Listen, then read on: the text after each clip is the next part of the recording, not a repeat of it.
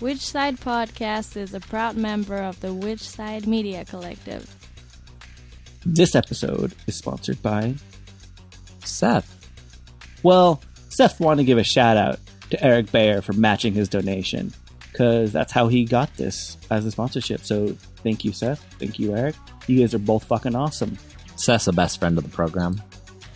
Yeah, that's probably without a doubt true. Yeah, I'd say that. Yeah. So thank you, Seth, for everything you've always done for us. Seriously.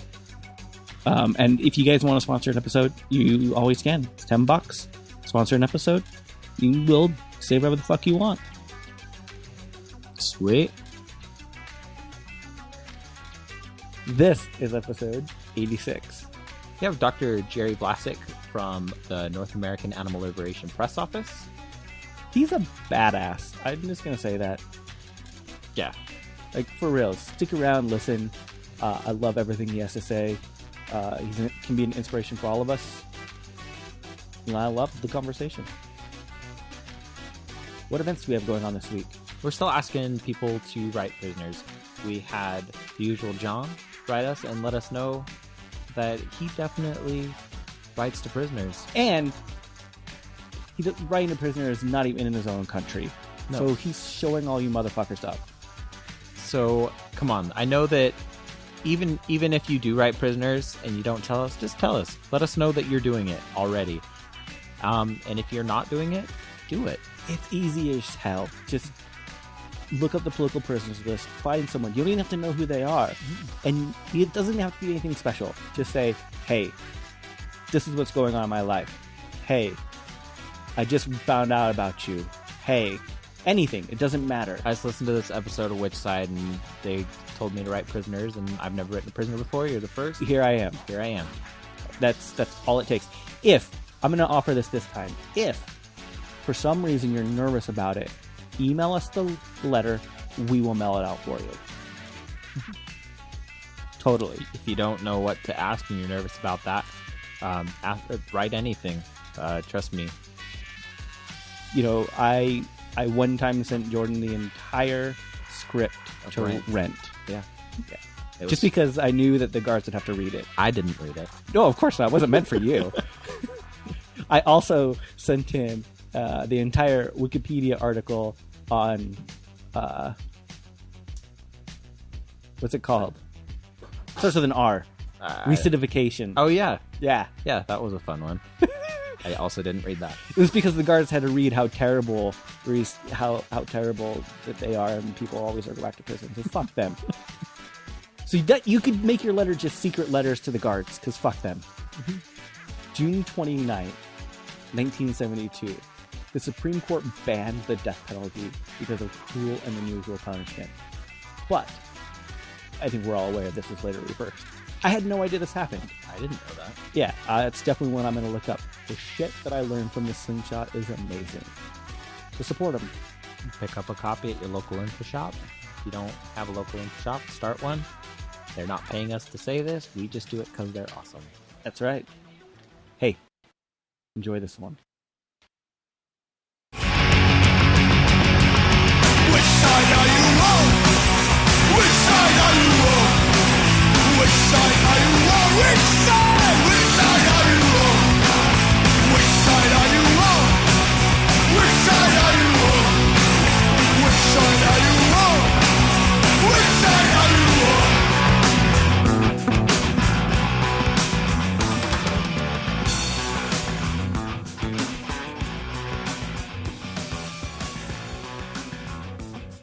Hello? Yeah, it's Jerry here. Hey, it's Jordan. Hi, Jordan. Hey, and I'm Jeremy. Hi, Jeremy. You know, I don't suspect you would remember this, but in like 99 or 2000, we actually met.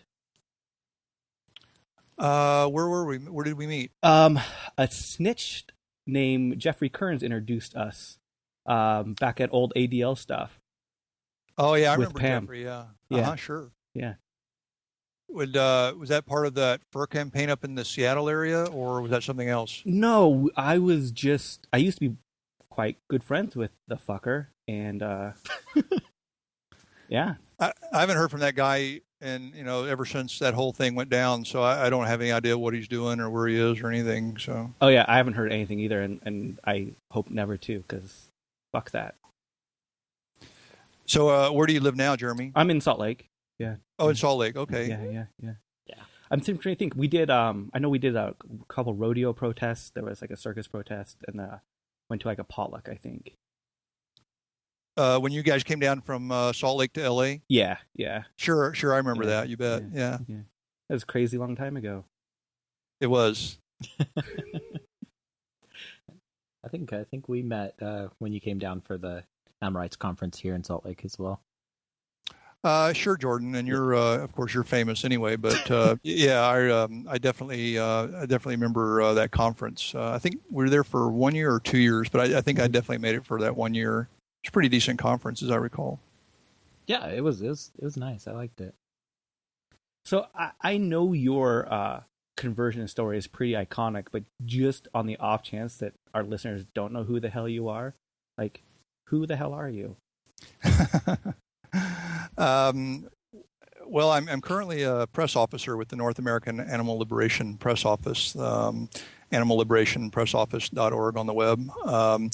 That said, I came out of the medical field. I was trained conventionally as a physician and a surgeon back in the 80s, and went through all of medical school and residency, really giving very little thought to the animal kingdom or anybody but myself, for that matter. Didn't learn much about nutrition, did very little, almost, in fact, I can say until the very last couple of years of my training in surgery in Los Angeles, there was really no animals involved as far as animal vivisection goes or animal experimentation. So I really just hadn't given it much thought. I was busy with, trying to keep my head above water and everything. And then shortly after I finished my training, and I was in private practice doing general surgery, and my wife asked me as a favor if I would read a couple of books, which I did. It was the Case for Animal Rights by Tom Reagan and Diet for a New America by John Robbins. And I read those two books, and I said, well, gee, this nobody ever told me anything like this before, about how animals are treated and the environmental impacts as well as the health impacts, none of which had come up in medical school. So I put all that down, and I said, well, if this is all true, then we're doing everything wrong here. And so I did some independent research and and eventually concluded it was all true. And at that point, I just changed the way I looked at the world and the way animals are treated and the way people go about dealing with their own health issues and all of that just changed for me, and sort of been making up for lost time since then. So for you, how has the animal rights movement changed over these last decades or so? It's hard to say because, I've also changed, and so I don't see things the same now, even if they were the same as I would have a decade or more ago. I've actually been involved for closer to 20 years now. But again, my attitude has changed, and as well as the movement having changed. It seems to come in waves as far as, different parts of the struggle, whether we're talking about, people focusing on legislative actions or on educational actions or on protest actions or even on underground direct action. So all of those seem to kind of roll through in different waves. And if anything, I think we're just we're sort of in a lull right now. It's not particularly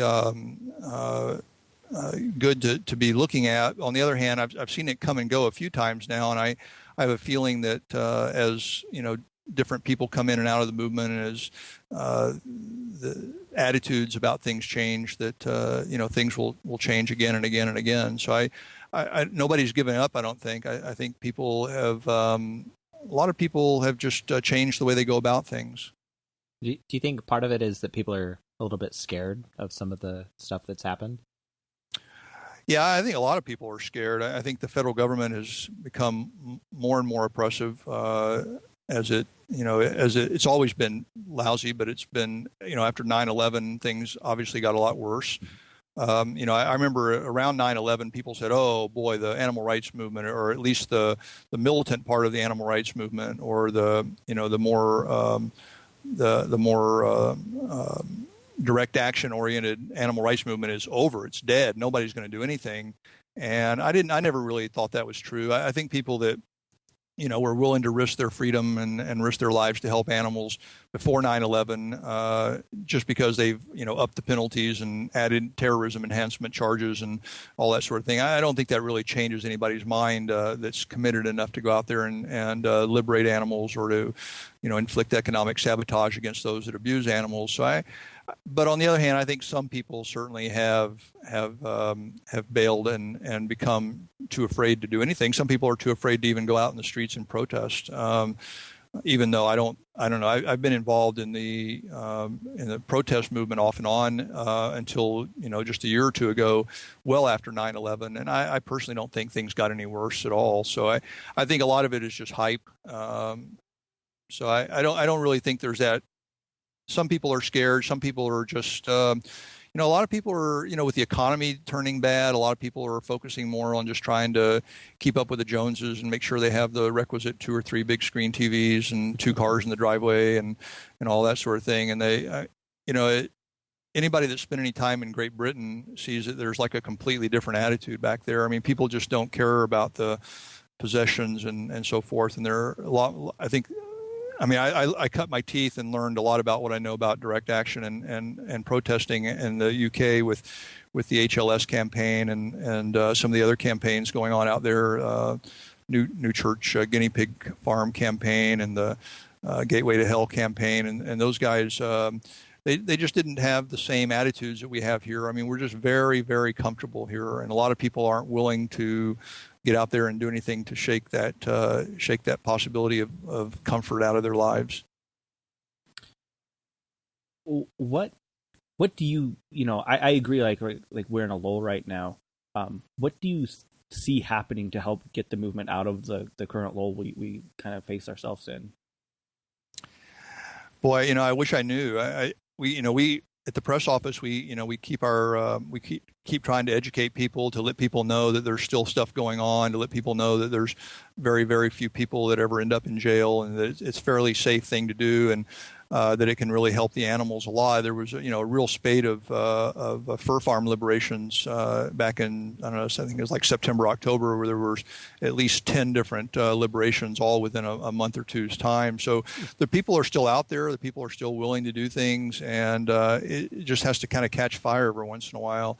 As far as what we can do to make that happen more often, other than to, reach out to people who are amenable to hearing the message and who don't have a lot to lose and who aren't too caught up in the capitalistic, accumulation society that we've become so good at. I think that it's finding those people and getting them motivated. And I don't know the best way to do that. I wish I did.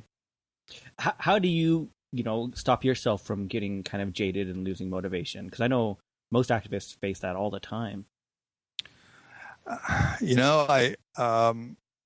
Anytime I start feeling like I'm not motivated or something, I come across pictures of animals in labs or, animals on factory farms, or I see a video of something like that, and it just re-inspires me all over again. I don't know how anybody can look at that stuff and not want to do something about it. I've always been sort of hands-on, sort of action-oriented as far as my whole life. I mean, that's why I became a surgeon instead of an internist. The internists like to sit around and think about diseases, and maybe at the most they'll get out their prescription pad and write a prescription for somebody. But surgeons are out there, getting our feet dirty and, getting our arms up to our elbows in blood and whatnot, trying to fix things, that are broken. So I kind of came from that sort of a background, and I'm still part of that sort of mindset. And I think anybody that sees those videos or photographs or even in real life sees as forms of animal suffering, I just don't know how anybody can not get out there and do something about it. Are you still a practicing surgeon? I am, yeah. How do your colleagues take your work? It's sort of a don't ask, don't tell policy around the hospital. There's been some hospitals that have been a lot more receptive. There was one hospital that I worked in that they called me in before the little board of directors or whatever it was called, and they go, well, we hear you've been active with Sea Shepherd and that you were in the news recently. This was right after I had been arrested on the ice floes up in the Gulf of St. Lawrence after confronting the seal killers. And they go, we heard you were in the news the other day, and we heard you. And I thought, oh, God, they're going to get mad and maybe throw me off the staff or something. And instead they said, hey, we're like totally down with that. We think that's great, and we're really proud of that you did something like that. So some of the hospitals have been sort of, willing to go out and say, nice job. But most places, it's kind of like, listen, if you want to work here, come here, do your work, and then, keep your private life separate. And I've over the years, I've come to grips with that. I still talk to my patients about vegetarian diets, and, the same reason that I don't prescribe them to have a cigarette every morning with their breakfast, that I also don't prescribe them or recommend that they have, a piece of bacon and a couple of hen's eggs, because it's not good for them. And I think, it's safe to talk about the human health aspects of diet and a vegan diet in a hospital. I mean, people go there to get well, and I tell them, just like, I don't want you getting sick from, your gallstones, or don't want you getting sick from your smoking cigarettes. I don't want you getting sick from what you eat either. So here's what I recommend. I give them some literature to read about it, and some do and some don't. I don't force anybody to be a vegetarian while they're in the hospital, but I do use that as a way to educate people on a day-to-day basis. But by and large, as far as activism goes and so forth, I mean, I don't avoid anything. I went on 60 Minutes and did that whole interview with Rod Coronado a number of years ago. And there was a lot of blowback at the hospital. And in fact, I had to find employment elsewhere. Oh, wow. So I never avoid the media or avoid doing what I'm doing, just to hang on to my job. But when I am at the hospital, again, I sort of keep it low key, and that's just the way it's worked best for me over the years. So how did that work? They just call you and be like, we saw your interview, leave? Like, what? Yeah, no, literally. It's funny, at the time, the interview aired, coincidentally at the exact same time that I was in New Mexico with Rod Coronado doing a hunt sab against the killing of the of cranes there, of the sandhill cranes. And we were out hunt sabbing these cranes, and we were out there all day. And at night, we went into this little cafe, and we were sitting around this cafe, and the news came on, and we asked them if they'd switched it over to 60 Minutes because we knew the piece was going to be on. So I actually was sitting there with Rod Coronado when the piece came on, 60 Minutes. And the next day, my wife gets a call. I wasn't even home because I was in New Mexico. My wife gets a call, and the director of the hospital, the CEO, calls her up and said, listen, we don't want your husband around here anymore. I mean, basically, they didn't even tell me, they didn't even have the guts to call me personally. They just told my wife, tell him not to show up for work on Monday or whenever it was I was supposed to go in. And so I never worked at that hospital again. Did they ever say what they found objectionable about the interview? Oh, I tried to make them. In fact, I took them to court, even though I found another job fairly easily. I still took them to court anyway just to make them pay for their misdeeds. And I tried to get them to say, and they just said, "Oh, it's just we don't, not something that we want reflecting on the hospital, and people are going to be upset that you said the things you said on 60 Minutes, and that it might reflect badly on the hospital." But they would never go into any specifics about what I said or why it's going to reflect badly, and of course there was never any blowback at all. They were just, like everybody else, they're just afraid of their own shadows. So how have people been, like, are people more receptive now to a vegetarian or vegan diet, like when you talk to them, than they were previously? Like, is it more acceptable in the hospital setting than it was a decade ago? I think so. There are some hospitals that are almost completely vegan. There's a hospital in Connecticut that I worked in for a while that used the Pritikin program, which is a very low-fat, almost vegan diet. I think they used some fish oil or something, but and the whole hospital was on that system, and you really couldn't get anything else. I've also worked at a couple of Seventh-day Adventist hospitals. They're all vegetarian. They're not vegan, but they're all vegetarian. And there's quite a few Adventist hospitals in California where I work now. So Yeah, I mean, there's a lot of people that are into that, and the average person, when you sit down and explain it to them, they really don't have any argument. You know, you say, listen, it's not only is it bad for the animals and it's horrible for the environment, but it's really bad for your health. And here's all these studies. You know, I carry around a stack of studies with me all the time, and I say, listen, here's the studies that show it's bad for you. You can feel better if you quit eating meat. And what are they going to say? Are they going to say no? And they do. Some of them say, well, it's okay. I'd rather eat meat and be unhealthy. But a lot of people start thinking about it. And if they don't become veg then, they might become veg later when they hear it a second time or a third time from somebody else. And it's all about, you know, sort of reinforcing this over and over. I think there's certainly a lot more vegetarians out there today than there were, say, 10 years ago, I think. I think it was interesting that Diet for a New America was kind of the book that you said, like, one of the books that helped you.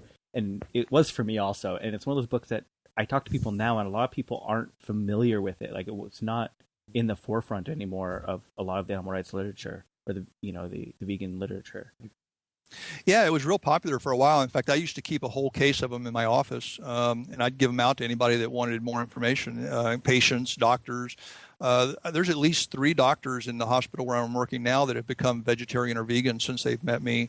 And again, you sit and have this conversation. They really don't have any sort of an argument. So I haven't done it lately, but I probably will start doing that again now that I think about it. You know, I have it by the cases, by the book, by the cases, and hand them out. And if anybody reads that book and doesn't become vegetarian, they just got to be stupid as hell, as far as I can tell. I mean, all the evidence is laid out so nicely, and it's so complete, and there's just no way to get around it. And like me, I read the book, and it's like I set the book down and I was vegetarian or vegan. I think I was actually vegan like right then. I mean, I don't think I ever ate another piece of meat or drank any more cow's milk or anything after reading it, literally after setting the book down. I'd read the chapter on, at the time, I haven't seen the latest edition, but at the time it was sort of laid out. It would talk about, beef in one chapter, and as soon as I'd read that chapter, I'd quit eating beef, and then I'd read the next chapter and I'd quit eating pigs, and it was just like one after the other. It's like, I don't know. Like I said, you got to be pretty stupid to read that book and not become vegetarian. And one of the things I love about that book so much is it's not dry.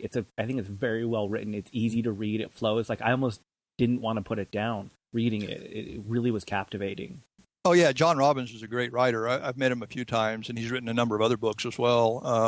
Yeah, he's a super writer. And for those that don't know, he's the heir to the Baskin and Robbins ice cream fame, and really broke with his whole family and their company to write this book originally. And yeah, he's just a super writer. It's a great book. It's easy to read. And like I said, that's why I used to keep a case of them around at all times.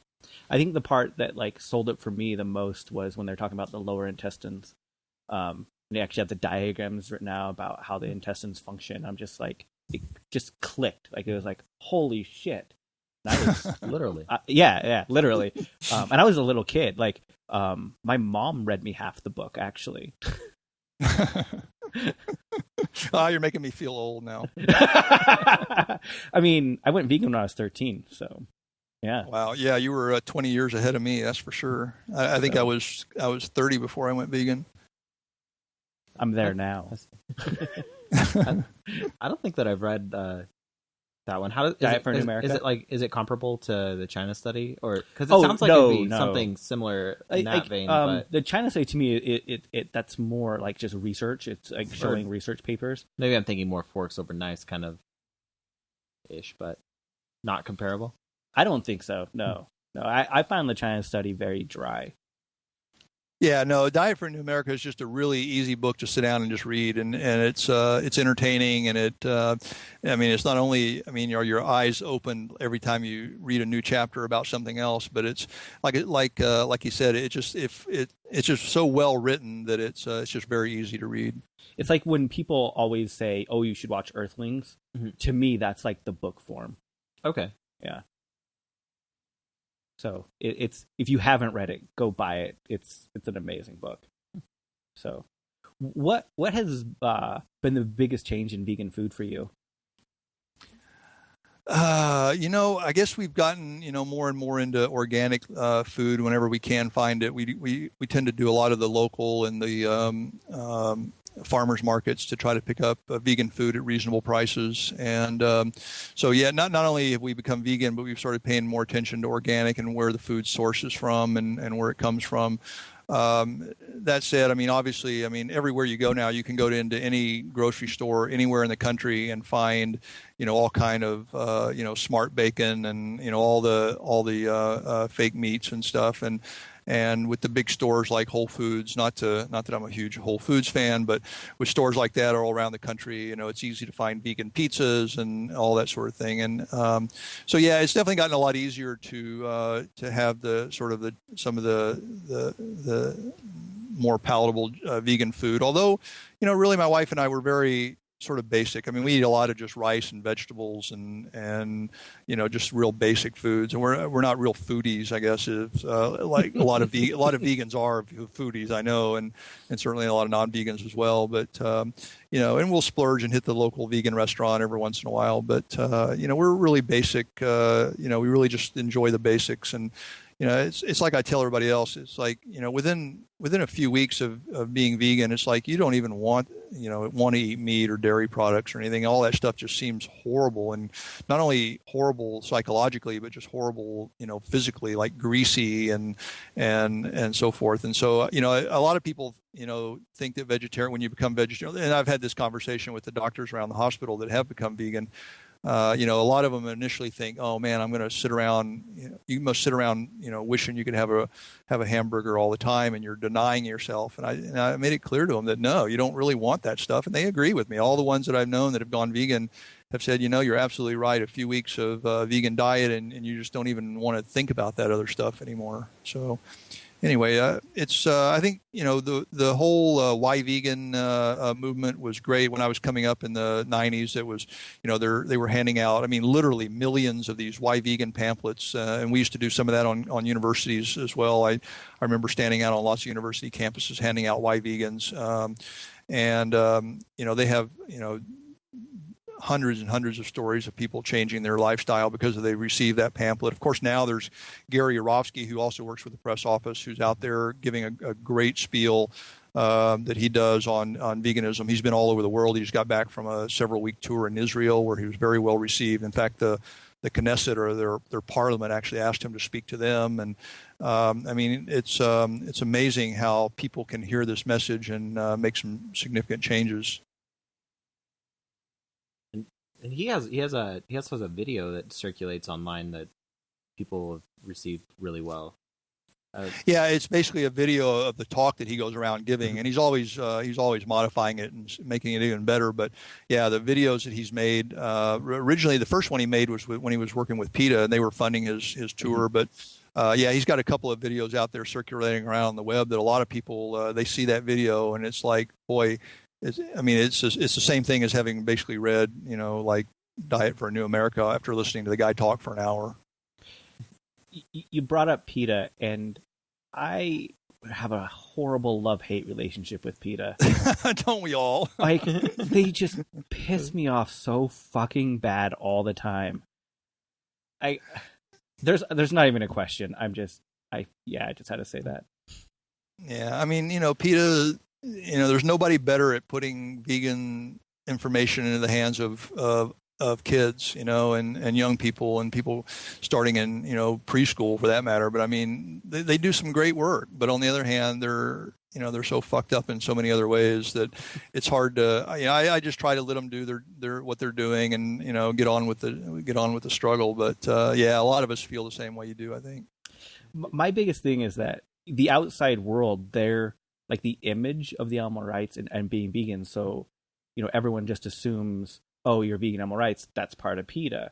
They don't understand the internal struggles and the internal, dialogue and the differences between, the different organizations and the different beliefs and mindsets. But yeah. Well, I mean, it does offer an opportunity for discussion. I think, when it does come up, you can talk about, PETA's okay. They're out there doing this stuff. But on the other hand, they're also a horribly misogynist organization that kills animals that they can't find homes for. So, they're not. That's not the whole extent of the equation. It's a good place to get started, maybe, and and then learn more from there. I got to be honest. My first protest that I ever organized, I only did it because of PETA. Like, they gave me the information, they gave me the pamphlets, gave me press training. You know, I'm just a 16-year-old kid trying to, you know, do this, and they gave you the information. They're great at that stuff. So, yeah, they're kind of like training wheels, I think, for people to get them started. I worked with PETA too when I first came into the movement. It was kind of like the first thing I kind of came across, and I did demonstrations and work. I probably even dressed up in some dumb costume at some time or another. You know, I don't like to think about that, but yeah. But again, I think it's a sort of a starting point for a lot of people. Gary Yourofsky, lots of other people have come through the PETA doors, you know, and become decent activists after that. So, and I'd say, like, if you ever needed like pamphleting literature and you don't really care that it says PETA on it, I mean, you probably want to fact check a few things. Like, if you're getting got autism things, I wouldn't necessarily recommend passing those out. But yeah, there's lots of better sources, I think, for literature nowadays. But again, they're you know, they are out there, and they are putting that literature in the hands of people that would never, ever come across the whole issue if it wasn't for them. So I certainly never say anything about them badly in public. I'm sort of, this is, like I said, sort of more of a friendly discussion among people that are already activists. And, oh yeah, completely. But as far as the public goes, I would never go on, you know, public television and trash PETA or anything. I think there's plenty of room for improvement within the movement, and I think we ought to be working on that sort of thing. And we certainly can be, you know, poking PETA here and there and getting them to shape up when we can. But I don't think that really belongs in the public arena when people that don't even know, you know, anything about veganism. And I think we're all on the same page, I think. Yeah, that's why I always like to say when I talk to other people, it's a total love-hate, because there's awesome sides, there's some great things, but there's some things that we should help lift them up out of. But talking about like the internal discussion, the movements, what would you like to see the movement, you know, engaging in and campaigning, or tactics more widely used that aren't being done? Well, I mean, as always, I still think direct action is by far and away the biggest bang for the buck. And you know, more and more organizations have distanced themselves from direct action. There used to be, you know, back in the days, PETA was completely pro-ALF. Certainly, In Defense of Animals was completely pro-ALF. I remember going to IDA demonstrations and having Elliot Katz up there, you know, talking about the ALF and how great they were. So a lot of those organizations have sort of pulled back from that because of, you know, I think largely they're afraid of funding, you know, drying up, because they're afraid that people are going to see the ALF in a negative light. Whereas that has not been my personal experience at all. The more I talk about the ALF and the other underground actions that are going on, I think the more people sympathize with what they're doing. And you know, when you talk to people about what they're doing, most people go, right on. That's even people that aren't animal rights activists or even vegan. I mean, they'll say, oh, you know, I didn't know they treated fur-bearing animals that way, and I'm glad somebody went in there and released them, you know. And these are just Joe Schmo off the street. So I think these people are so afraid that they're going to lose funding, or that they're going to invite scrutiny from you know, different agencies or whatever if they support underground direct action. And that's changed a lot over the last 10 or 15 years. And I hate to see that, because I think it's certainly not the only part of the struggle. It may or may not be the most important part of the struggle, but it's certainly a part of the struggle. It's certainly an important part of the struggle. And just like those of us that advocate direct action are also not out there denigrating people that are trying to change silly laws in Washington, D.C., or hand out leaflets or do circus protest or, you know, anything else. I mean, I think all of those things are important. But I just hate to see it, I hate to see so many people in other organizations that are so down on direct action, and that's nothing new. Of course, it's been going on for a long time, but it's still sad to see. And that's, you know, there are notable exceptions. I mean, Alex with Farm always invites the press office to do a booth at the big animal rights conference every summer. We'll be in Los Angeles next month. And, you know, we reach a lot of people there, a lot of people that don't know anything about underground actions or underground direct action that come to these animal rights conferences and wouldn't be exposed to that sort of thing. Now they're getting a chance to see that. So I'd like to see more emphasis on that, but I'm not surprised that there isn't. What when you're talking about direct action, is there any form of direct action that you think is necessarily more? What's the word I'm looking for? Controversial. More gets more results. That's what I'm saying. There's so many. When you say direct action, it's such a large, thing you're talking about. What do you think is gets the best results for the buck? I guess would be to say. I think it completely depends on the campaign. I think if you're involved in a veganism campaign, that direct action is probably going to be more skewed toward like open liberations or open break-ins, like they did a lot of in Australia and some here on the East Coast and maybe the West Coast as well. Because I don't think a lot of people are going to be very sympathetic if you throw a rock through a butcher's window, for instance. They're going to go, well, what was that all about? And nobody's going to really understand why you did that. And in fact, you're really going to not have much of an impact. There's not very strong likelihood that butchers are going to go out of business because they've had rocks thrown through their windows. So I don't know that would be a particularly good campaign. So I think it's tailored to the campaign. When it comes to the fur campaign, I think live liberations and economic sabotage have been shown to be very successful. There's dozens of fur farms that have closed down after they've been raided, sometimes after they've been raided more than once. Mm-hmm. There's huge impacts have been made with economic sabotage against not only fur stores, but fur farms and fur suppliers. So I think there's a huge amount of space for making concrete steps and achieving concrete results with those kinds of actions in the fur campaign, for instance. Vivisection. Nobody that knows the truth about vivisection ever stands up for vivisection, except those that are actually personally gaining from it. If you take Joe Schmo off the street and you talk to him about vivisection and you tell him what they're doing to those animals and what they might possibly theoretically one day in a million years at expense of $1 million might come up with to help people, they go, that's such a waste. And nobody is for vivisection. Really, no intelligent person that'll sit there and talk to you about vivisection at the end of the day is for it after they've heard all the arguments. So, I've had dozens or hundreds of arguments or hundreds of discussions with people about vivisection, and nobody is for it after they hear the facts.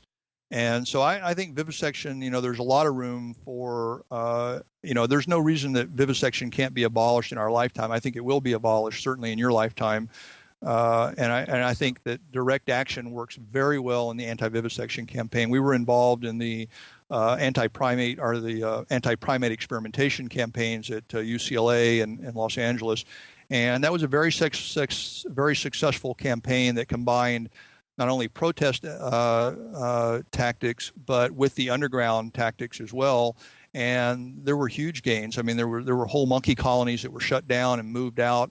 Camille Marino, as controversial as she is today, is having a lot of success against the primate vivisectors at the University of Florida. They've agreed to retire all of their non-human primates from animal experimentation after her campaign. No other reason. I mean, they weren't planning to do it until she gave them such hell. So there's concrete examples of things that work. And I've always been a very pragmatic person. If something works, then, that's what I want to pursue. And you look at history and you look at what works and what tactics work under what conditions and what campaigns, and you try to learn from that and use those tactics. And so to get back to your original question, I think different forms of direct action or even lack of direct action need to be employed depending on the type of campaign that's being waged and what the goals are of that campaign. For me personally, lab raids have always been most motivational. Like whenever I hear about a lab raid or read about a lab raid, it always inspires me the most and makes me want to, get out there and protest more and educate more people. It's like, look, they're exposing this. You need to understand this. But, Absolutely. The last major lab raid was 2004 at the University of Iowa, and that's actually what inspired the whole press office to get started. Was because that happened in November of 2004, and there was really no one there to speak up on behalf of the people that carried out the raid. I mean, there was all this publicity going on about, all this equipment destroyed and all these animals were stolen and so forth. And nobody was getting the other side of the story. And that was when Steve Best and I and some other people kind of came together and said, listen, nobody's out there giving the other side of the story. So that's what inspired us to get the press office going. That's been 10 years now. I've always been very inspired. They're few and far between. They're difficult to do, at least in this country. There's been some in Brazil and I think Italy that have been a little bit easier to get done and been great to hear about. The labs here, they're locked down. They're in fortified basements and, top floors of skyscrapers and so forth. They're, very difficult to get into. That's why one of the reasons I think we don't see those very often. But they're inspiring as hell. Is vivisection one of those things that's being offshored out of the United States for cost-saving purposes? So is it happening more and more outside the United States, or is it still happening here because of the learning institutions like the universities? Yeah, some of both. I mean, there's still plenty going on here, but there are places going up. There's, big primate research institutions going up in China as we speak, probably already operational by now. There has been some offshoring, but on the other hand, a lot of it tends to be close to where the grad students are and where the people are doing the studies. And so somebody that's working at UCLA is not going to want to have animals located in China to have to deal with. So there's still plenty of them here, and lots of work to be done here in this country. And a lot of people, some of the criticism is, well, if you fight vivisection here, they're just going to move all the vivisection over to China. Well, first of all, that's not entirely true. And second of all, even if they do some of it, then we'll go to China and work there and get that taken care of. And there are people in China already working. It's not like we have to go over there. There's people in China that care about animals too, and they'll fight it as well. But the point is that they are on the run to some extent. I mean, certainly in the UK, I mean, people that experiment on animals in the UK, I mean, they have to look over their shoulder every minute of every day, and we've tried to create some of that atmosphere here. And I think Camille's doing a good job in Florida, and I think UCLA people, I mean, we've had UCLA vivisectors contact us and say, listen, I'm not doing vivisection anymore. Please don't come after me the way you went after that other guy. I mean, they've, so unfortunately, there's a few people who, I mean, there are a lot of people like me that, when they're educated about, what's going on and that there's other ways to get the same information that you're looking for, and that there's plenty of more modern techniques that are a lot more effective and efficient and more likely to yield good results. And by the way, these animals have a right to live out their lives the way they see fit. A lot of those people will change their minds. I know Camille's changed a lot of people's minds in Florida. We've changed a lot of people's minds at UCLA. But there are some people who are just so ensconced in it, are making so much money off of it, or they get these grants, and there was a guy at UCLA doing eye research on monkeys, and he'd been doing the same exact research for 20 years. But every year, he writes the NIH grant, hey, I've been doing this for the last 19 years. I'm just around the corner from a great breakthrough.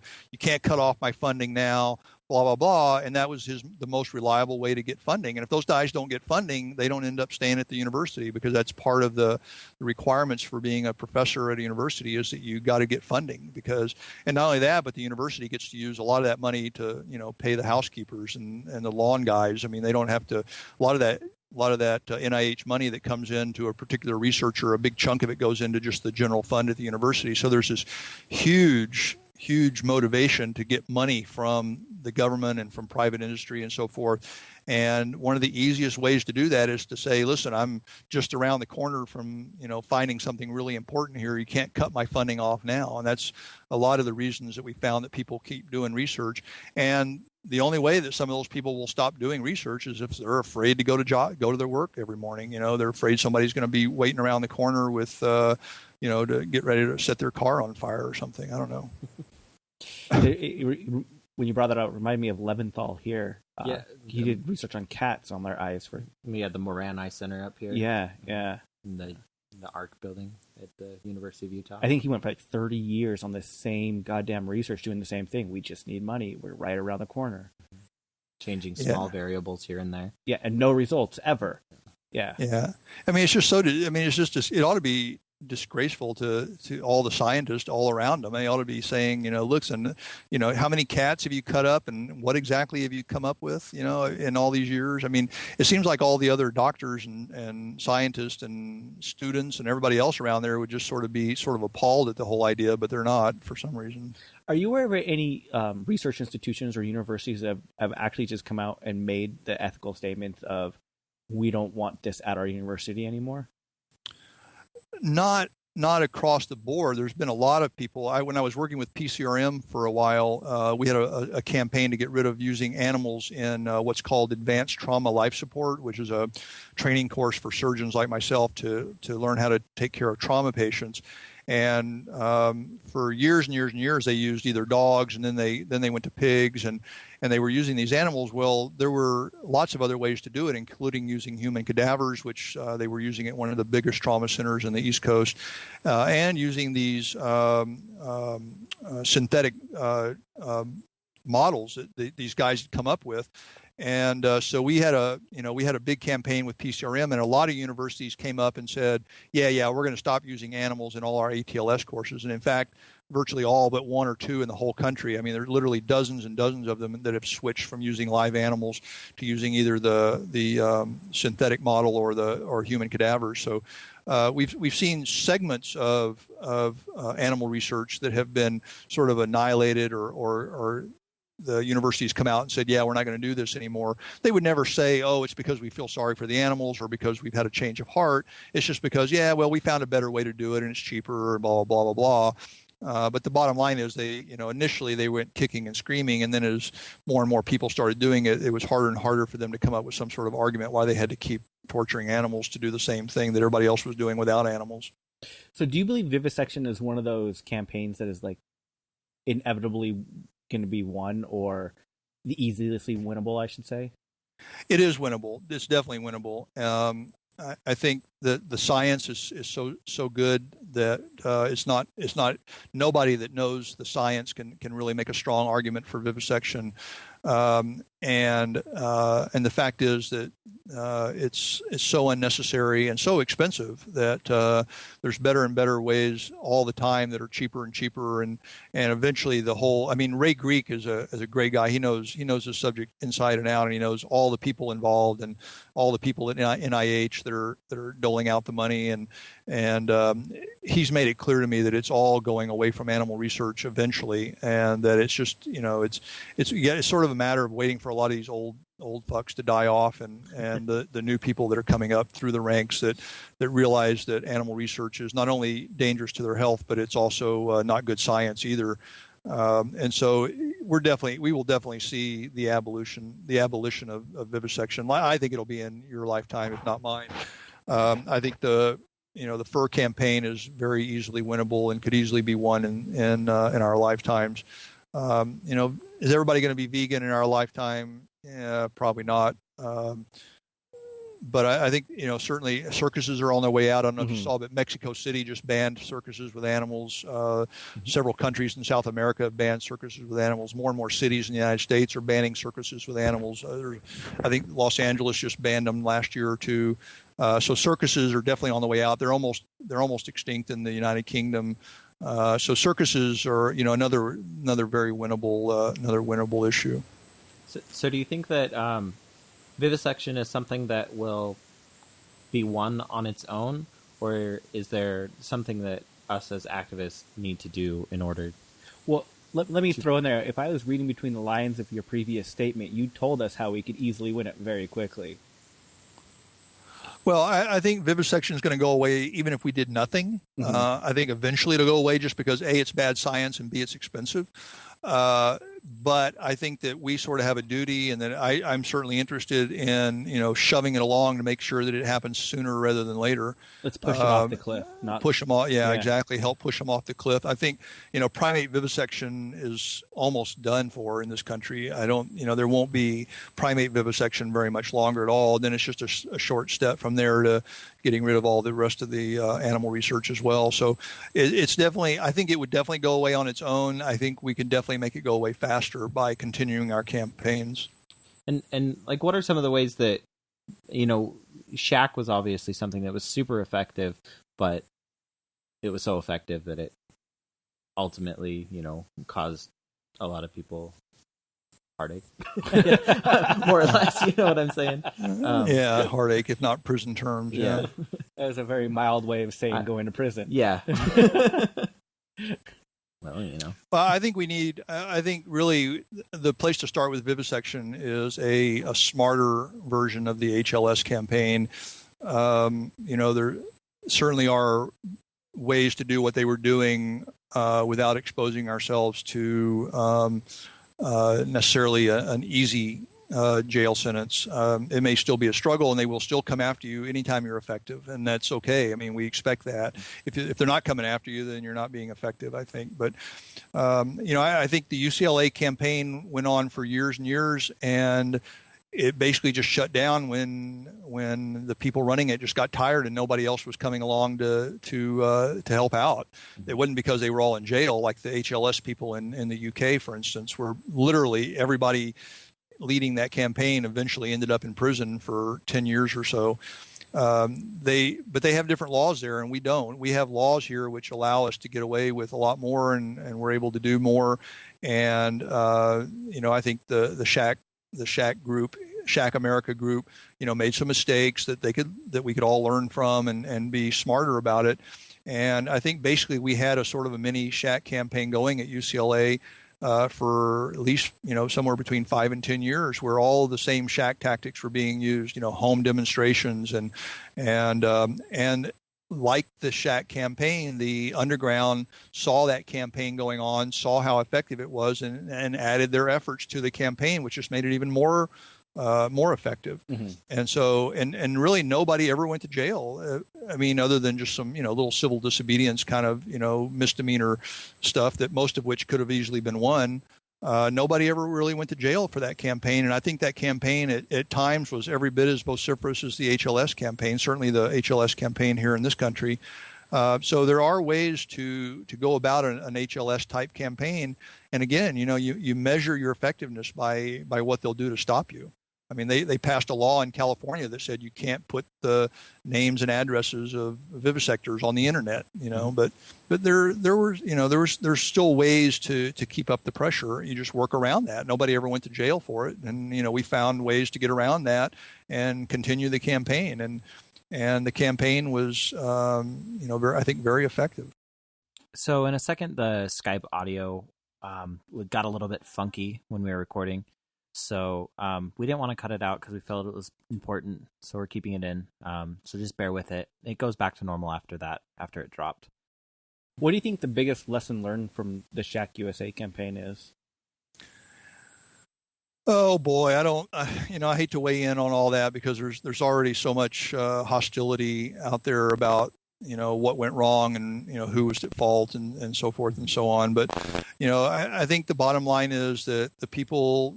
There were, first of all, it was too, like in the UK, there were too few people that were responsible for keeping it going, and so it was easy for the government to say, okay, here's the 5 people that if we can get rid of them, the campaign will probably go away.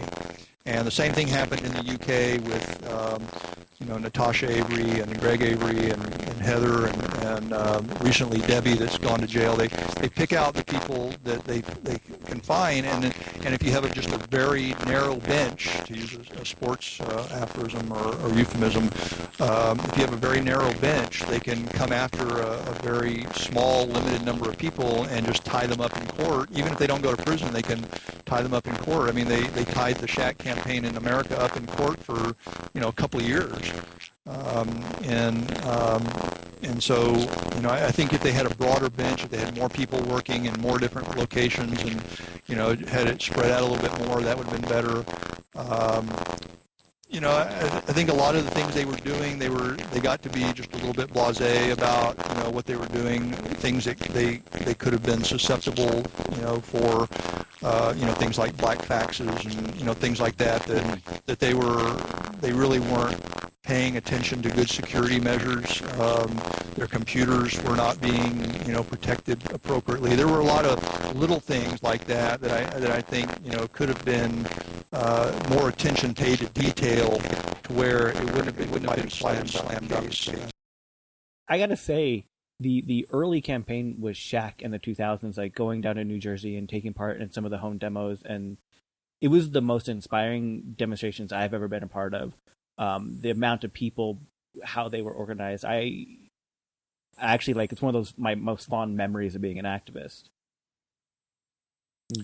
Absolutely, I have very fond memories of the Shaq campaign, both in the UK and on this side of the ocean, and it was very inspiring. I think it brought a lot of people into the movement. It inspired a lot of people, again, I think that the leadership was just a little thin, and when the leadership went down, everybody else sort of blended into the woodwork and didn't keep going. I mean. When they were first indicted, word went out from the leadership, stop doing demonstrations, and a lot of people did. There were two groups, one in New York and one in LA, that one of which I was a part of, that said, no, we're not going to stop, and we understand that you guys have your problems with the government and you're going to have a lengthy legal battle ahead of you. But we had seen this exact same thing happen over and over again in the UK already. Those of us that had been involved in the campaign for a while had already seen this happen. And when somebody got tied up in the legal system in the UK, other people just stepped up and kept up the campaign. They didn't shut everything down for a year and to wait to see what happened. And so, again, that's people in New York and LA at least, and I'm sure there were pockets around the country as well, kept up some of that campaign. And the Shaq campaign sort of kept going there for a while. It's sort of sputtered at this point, I think. But I think there's no reason not to hope for a resurgence any day now. Well, I think that one of the tactics that Shaq used, which I always thought was amazing, was the tiered targeting. Mm-hmm. Maybe targeting's not the best word, but where people who are involved down the line. Supply chain line. Yeah. That was something. Absolutely, and a lot of other campaigns have taken those strategies and used them. Like I said, we used them in LA. People have used them all over the country, and not all over the world, really. That you go not only after the company that you're targeting, but after the people that do business with that company. And it was a great lesson. We learned a lot from those people, and they'll always be an important part of the movement. And they've taught a lot of us a lot of good stuff about how to wage an effective campaign. Due to all the NSA stuff and all the recent surveillance and everything like that, how do you feel security culture has changed that's not really being updated in how we teach each other how to have proper security culture? Yeah, it's an ongoing battle, of course, to stay ahead of the game. And one of the things that's a little worrisome is the dependence on cell phones and how nobody goes anywhere without a cell phone anymore. And people use them to talk and text, and all of that stuff is obviously being monitored. I mean, we've known as much or suspected as much. Now we know for sure that it is. But on the other hand, new technology makes some things a lot easier. There's a lot of ways now to find your way around the internet a lot more anonymously than there used to be, to research various targets and techniques and strategies and things like that. And so, yeah, it's definitely more of a challenge. There's a lot more video cameras out there taking people's pictures every day. There's, a lot of things going on. But on the other hand, somebody that's motivated, that's smart, that can, pick a goal, and there are plenty of ways to get out there and achieve that goal without having to worry about that. But certainly security culture is important. It needs to be ingrained in everybody that's involved in any kind of activism, not just underground action, but any kind of activism. and it's something that we need to concentrate on when we're around other activists. What do you think is the biggest thing in security culture that gets passed over the most, or people don't follow the most? Well, I mean, of course, the biggest thing is keeping your mouth shut, and it's sort of the most basic there is. But I mean, look at Walter Bond. I mean, he's in prison because he talked to his brother.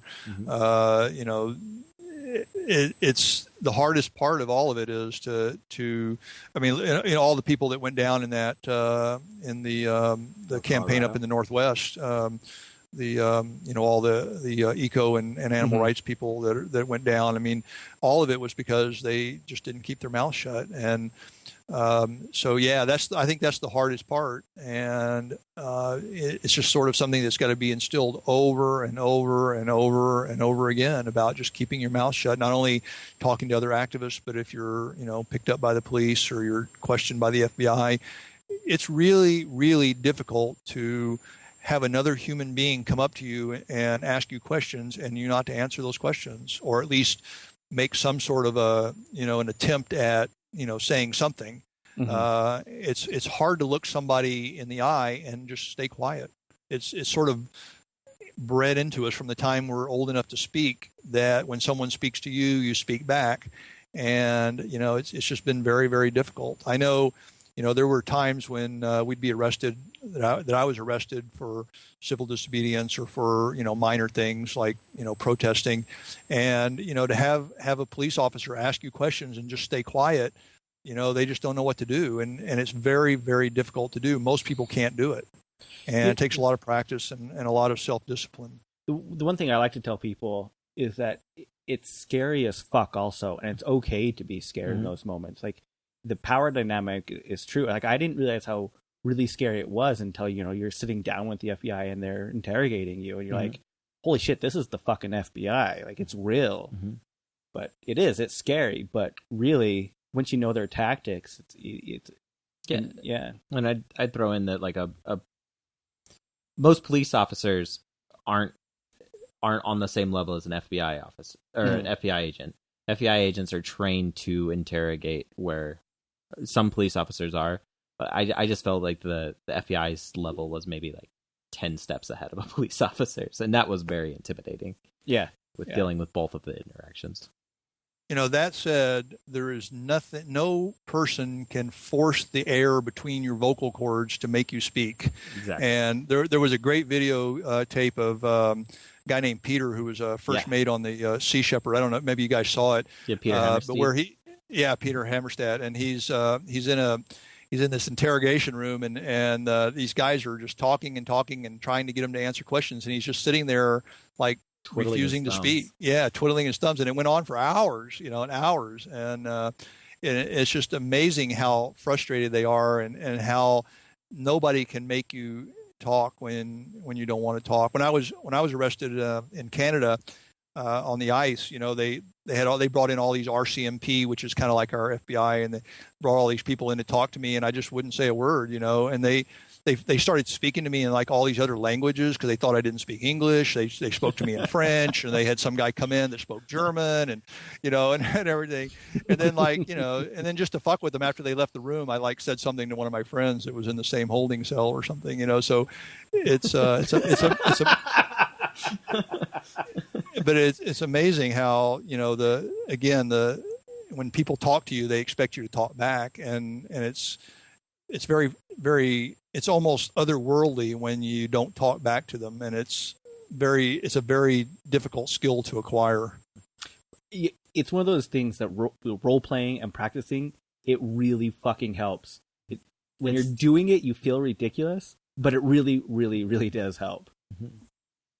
Yeah, absolutely. Because they try to make you feel stupid, and they try to make you feel like you're an idiot and stuff like, I know you can talk. Why are you doing this? You're just being a little child. You're being a baby. I mean, they go on and on. They have all these little tactics they try to do to get you to talk. And at the end of the day, nobody can make anybody talk. But you're right. Role playing is super, super important. And I've been at a number of conferences where they did go through that role playing, where they would try to get people to talk. And that's really, really good for that. Yeah. Yeah, I highly recommend it, especially if you can get it where, the people doing the role playing, are very familiar and they understand the tactics, have been through it, and it totally is totally worth it.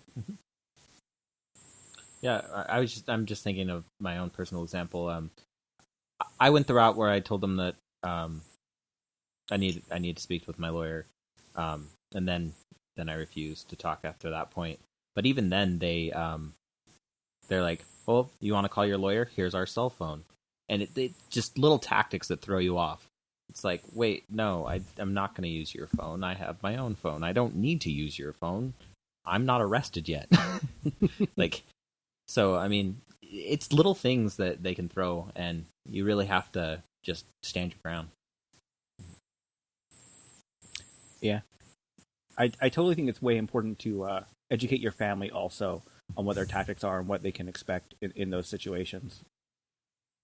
Yeah, anybody that's in the same house that you live in, or that has any connection to you whatsoever, because they'll try to get to you through other people, and they'll show up when you're not home, or they'll go to your parents' house, or they'll do things like that. So yeah, that's important, and it's hard sometimes. Families don't always understand.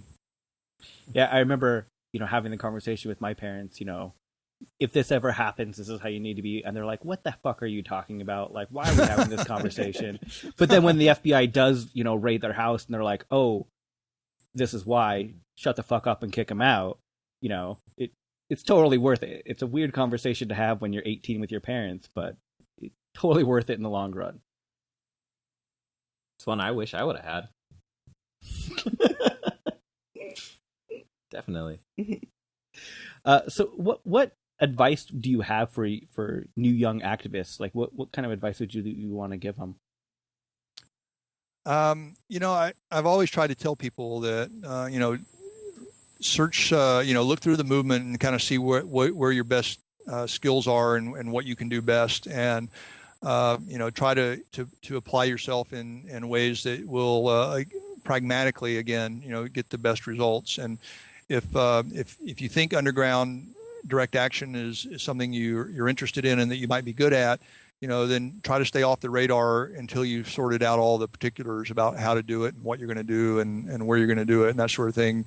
Because unfortunately, so many of us get into the movement and get, involved and known by the authorities and fingerprinted and everything else. And by then it's kind of difficult then to pursue the direct action pathway.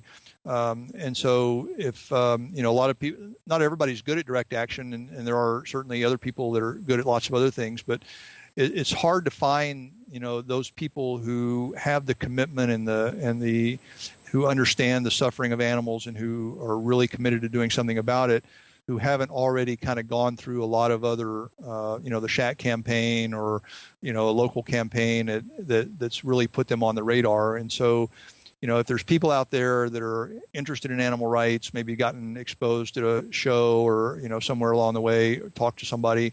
And if you're really committed, educate yourself the best you can, and then, try to stay off the radar, because it just makes it that much safer and that much easier. I mean, it's a relatively safe, easy form of activism to stay off the radar and do underground direct action. The odds of anybody going to jail are infinitesimally small. I mean, there's been literally thousands and thousands and thousands of direct actions out there that have been completely disobeyed the law, and yet a handful of people have ever gone to jail for them. And most of those are people who talked about what they did or were just careless in some form or fashion. So statistically speaking, there's no reason not to be involved in direct action from a fear standpoint. If you're good at that sort of thing, there's no reason to let fear bother you, because it's relatively it's a lot safer than a lot of other forms of activism. So how can people follow your work and follow what the press office is doing? animalliberationpressoffice.org. We have a mailing list that you can sign up for, or just send us your email and we'll put you on our mailing list. We send out press releases and communiques from time to time. Right now it's slow, so you might not get anything more than every couple of weeks. Other times you'll be getting something every day talking about things that are going on. Hopefully there'll be more things going on. And we have our website is full of resources on how to get active in direct action if you want to pursue that form of activism. And lots of we have a FAQ page that's got a lot of the basics about the not only the press office but about direct action and why it's a good form of activism. So lots of information there. We end every episode saying "fuck, shit, damn." Would you mind saying it for us this week? Fuck, shit, damn. Yeah, That's it. Right on. yeah. Thank you very much. Okay, enjoy the conversation. Thank you, guys. Thank you. Have a good one. Bye. Okay. This week, you heard. Photophobe, my concubine.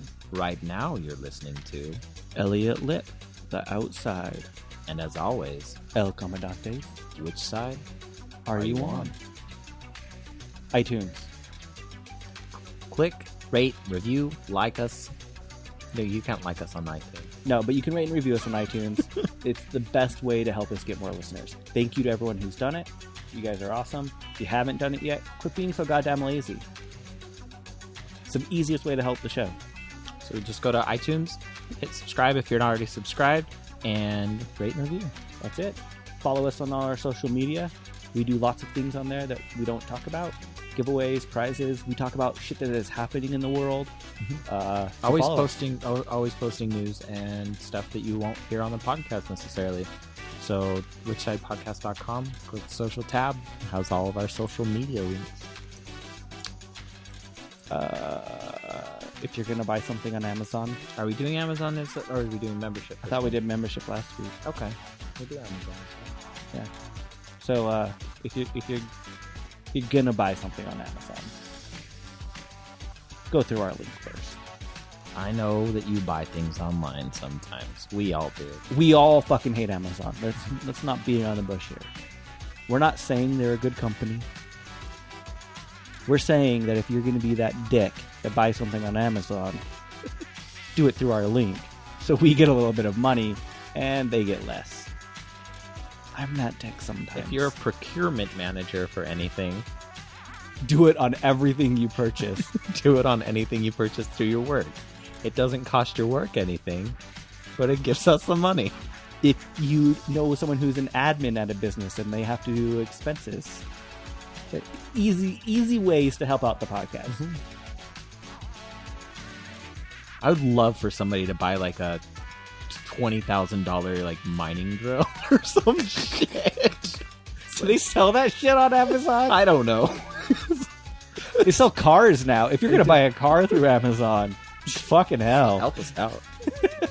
It's like Amazon would just like write us, no, sorry. Mm-hmm. We don't trust you. Fuck shit, damn. Fuck you, damn. Which Side is produced by the Which Side Media Collective.